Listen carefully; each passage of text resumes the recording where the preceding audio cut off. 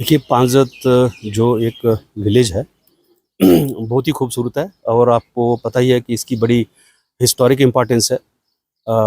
जो हमारा नीलमत पुराण है और कलहन की राजतरंगिणी है उनमें भी इसका जिक्र है और इसको झेलम का सेकंड सोर्स भी माना गया है। मैं आपको बता दूं कि पिछले महीने हमारा एक ग्रुप ऑफ कंसर्न सिटीजन जो है उसको हमारे बहुत ही respected senior retired IAS officer Ganesh Khurshid Ganesh साहब हेड करते हैं, तो उन्होंने मुझे वो यहाँ आए थे, उन्होंने बताया कि यहाँ कुछ इश्यूज़ हैं तो उनको ज़रा देखने की ज़रूरत है। बहुत खूबसूरत वाटर बॉडी है। तो मैं से मुझे भी पता लगा कि मैंने जैसे सुना था कि इसका मतलब कोई चीज़ स्पेशल है, तो मैं आज यहाँ का एक दौरा रखा। मेरे साथ पूरी हमारी अथॉरिटी की टीम है, यहाँ के एक्सियंस हैं, PHE के हैं, इरिगेशन फ्लड कंट्रोल के सारे लोग हैं। तो मकसद यही है कि एक तो इस सोर्स को देखा जाए कि क्या इसकी प्रेजेंट पोजीशन है, वीज़ा वीज़ के इससे पहले इसकी क्या रही है। तो जिस तरह से बताया गया कि इस बार थोड़ा पानी की भी कमी हुई है और जिस तरह से आपने कहा फ़िश की मोर्टेलिटी भी रिकॉर्ड की गई है। तो क्या यहाँ रीज़न्स रही हैं उसकी, फ़िश की मोर्टेलिटी की पोल्यूशन की वजह से है, वो उस तरह का कोई और रीज़न है, कोई डिज़ीज़ है या क्या है, तो वो थोड़ा वर्क करने की ज़रूरत है।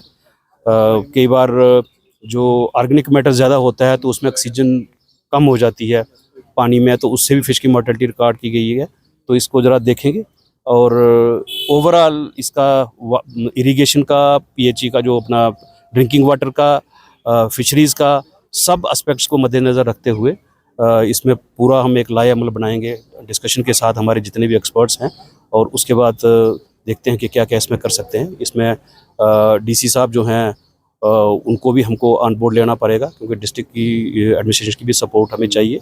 तो ये एक कम्प्रिहेंसिव और इंटीग्रेटेड प्रोजेक्ट जो है वो इस पे हम वर्क करेंगे ताकि इस जगह की जो वाटर कंजर्वेशन का जो है पूरा ख्याल रखा जाए, फिशरीज़ का जो डेवलपमेंट का है उसका भी यहाँ ध्यान रखा जाए, और जो लोगों की ज़रूरत है पीने के पानी की और इरिगेशन की उसका भी ध्यान रखा जाए। इसमें देखिए जो ग्लोबल वार्मिंग की आपने बात की, क्लाइमेट चेंज की आज बात कर रहे हैं उसकी, तो ये एक आप बोलेंगे कि किसी के अकेले के हाथ में नहीं है और इसका इफेक्ट पूरी दुनिया में है। आप देख रहे हैं कुछ कंट्रीज़ आपस में वार कर रहे हैं, ठीक है, कितना वहाँ असला जल रहा है, तो उसका क्या इफेक्ट हो रहा है।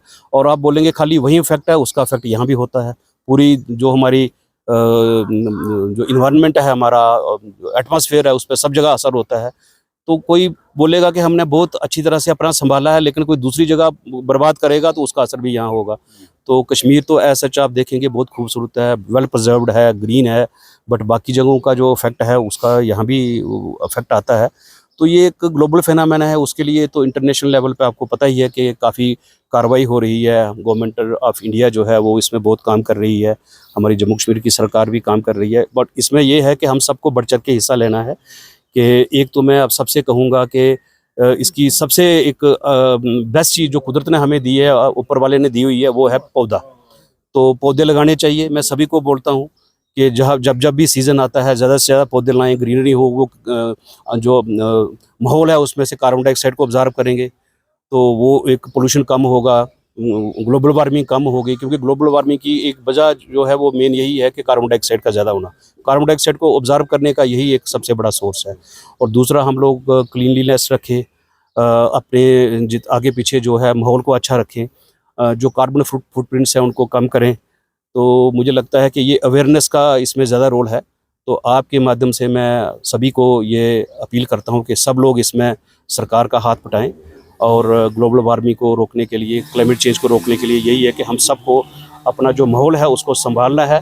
हमें नेचर कंजर्वेशन करनी है, उसको संभालना है, संजोना है, तभी जाकर के ये पॉसिबल हो पाए। देखिए ऐसा है कि वाटर के जो सोर्सेज हैं वो ऑलरेडी आइडेंटिफाइड हैं।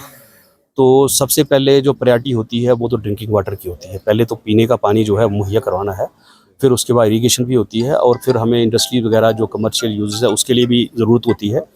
क्योंकि इंडस्ट्री होती है वो भी हमें बहुत सारे प्रोडक्ट्स वहाँ से मिलते हैं, एम्प्लॉयमेंट मिलती है।